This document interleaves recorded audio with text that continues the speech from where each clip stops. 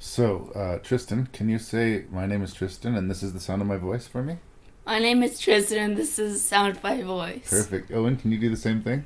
My name is Owen, and this is the sound of my voice. You're supposed to say, my name is Tristan, just to prove me. No, just kidding.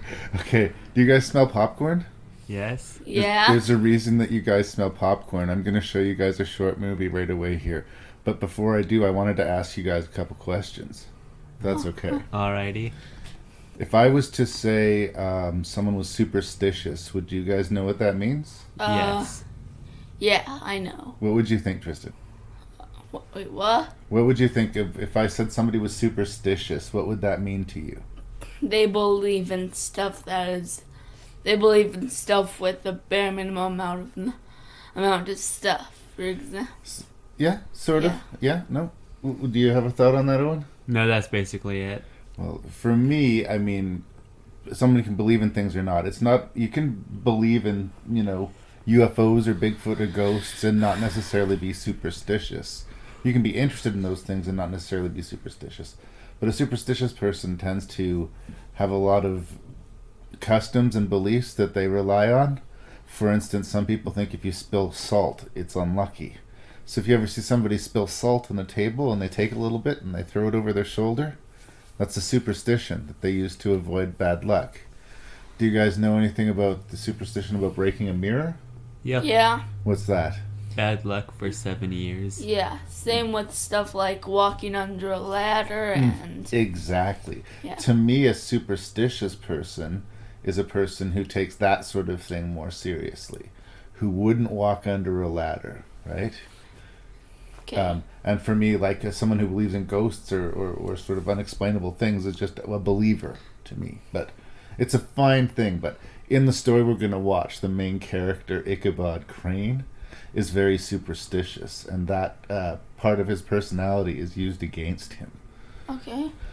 This is a half-an-hour short animated film made by Disney, and it was made in 1949. I'm not even sure if you were old. If You weren't born yet, were I you? wasn't alive. Alright, I wasn't good. alive by like over 20 years in some. So it's an old movie, but when I saw it as a kid, it was what made me aware of superstition. And I'd heard on the schoolyard something about stepping on a crack, break your mother's back. And I got almost a complex about not stepping on the cracks in the sidewalk. But in the small town I grew up in, which was Beaumont, it was insurmountable. There were cracks everywhere. So I just made it a rule on the block where our house was, I did not step on cracks. And to the best of my ability and to the best of my knowledge, I held true to that. But here's how superstitious I was as a kid. In the wintertime, when everything's covered by snow, how do you know where the cracks are? So you just didn't go out in snow at all? Yeah, Tristan's got the solution. Stay inside. Yeah. My solution would be that you were not stepping on a crack, you're stepping on snow. Couple more things just before we watch the movie. How do you guys feel about a ghost story? Eh. Yeah. Yeah. The interesting thing about this ghost story, it was written by a man called Washington Irving, and it was one of the first things, like truly, quote, American ghost stories, where they were sort of creating their own culture instead of emulating the European culture, which settled the Americas. This is sort of the first real ghost story that got really popular and people liked. Because for some reason, ghost stories seem to stick in people's heads. They like those stories. They like to remember them. And this is a very early one, which is why, even though it's kind of scary, it's a Walt Disney cartoon. Do you guys want to watch it? Alright, we don't Sure. get a choice. For a rollicking ride through Sleepy Hollow, Walt and Bing bring to laughable, colorful light Washington Irving's exciting legend with that awkward schoolmaster Ichabod Crane. Ichabod may be quaint, maybe odd, and maybe he ain't. Anyway, there's no complaint from Ichabod Crane. Ichabod Crane, daring, reckless, losing his heart to Katrina the cutie, and his head when pursued by the hair-raising headless horseman.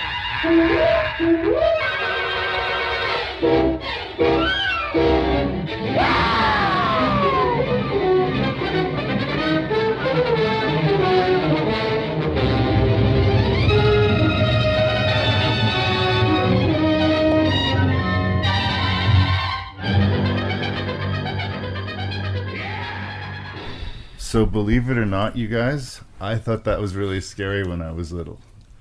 Well, it's understandable. I mean, you were probably like, what, 5 or something? I don't know how old I was when I first watched it, but I was really young. But it was the first thing that gave me the idea of like what a superstitious person was. And it was different from most Disney movies because all of the characters in it were not one-sided. Usually with Disney movies, you have a really good character or a really bad character. Yeah. Ichabod, right? He was mostly a nice person, but he kept on stealing food. If you watched throughout that, he was stealing food all the time. And he was as much interested in getting wealthy from being with that Katrina than you know, being really in love with her.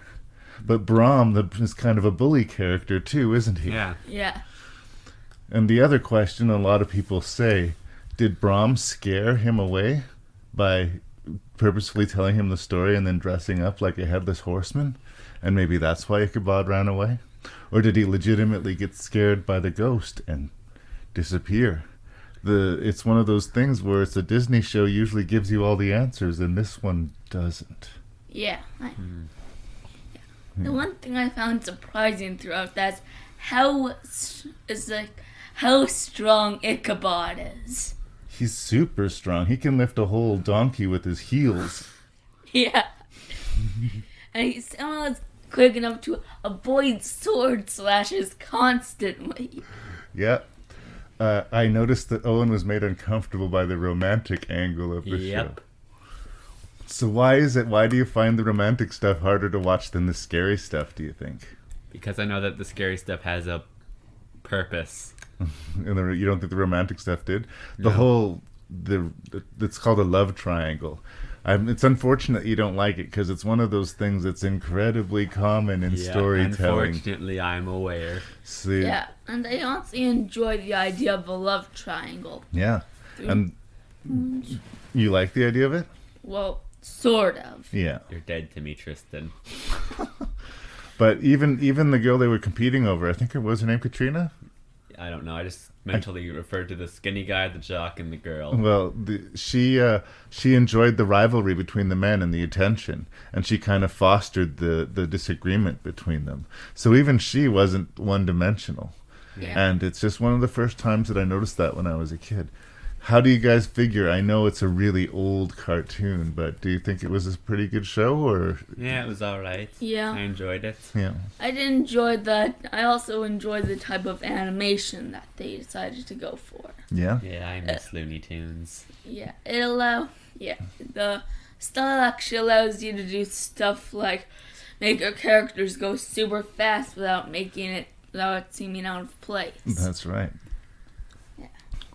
Well, thank you guys for watching Legends of Sleepy Hollow. Do you have any other things you'd like to say about it?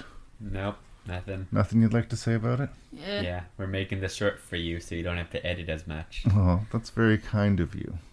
Well, just for a fun fact, when it was originally released, it was released with another short film, which was an adaptation of The Wind in the Willows, or The Adventures of Mr. Toad, I believe. But it used to air all the time around Halloween when I was a kid as a Disney special. Check out The Legend of Sleepy Hollow. And it scared me pretty bad, so you guys must have some hard bark on you. That or maybe the internet just scarred us enough and now we don't feel pain. Okay. Yeah. Well, I'll find something that'll scare you. Yeah, maybe.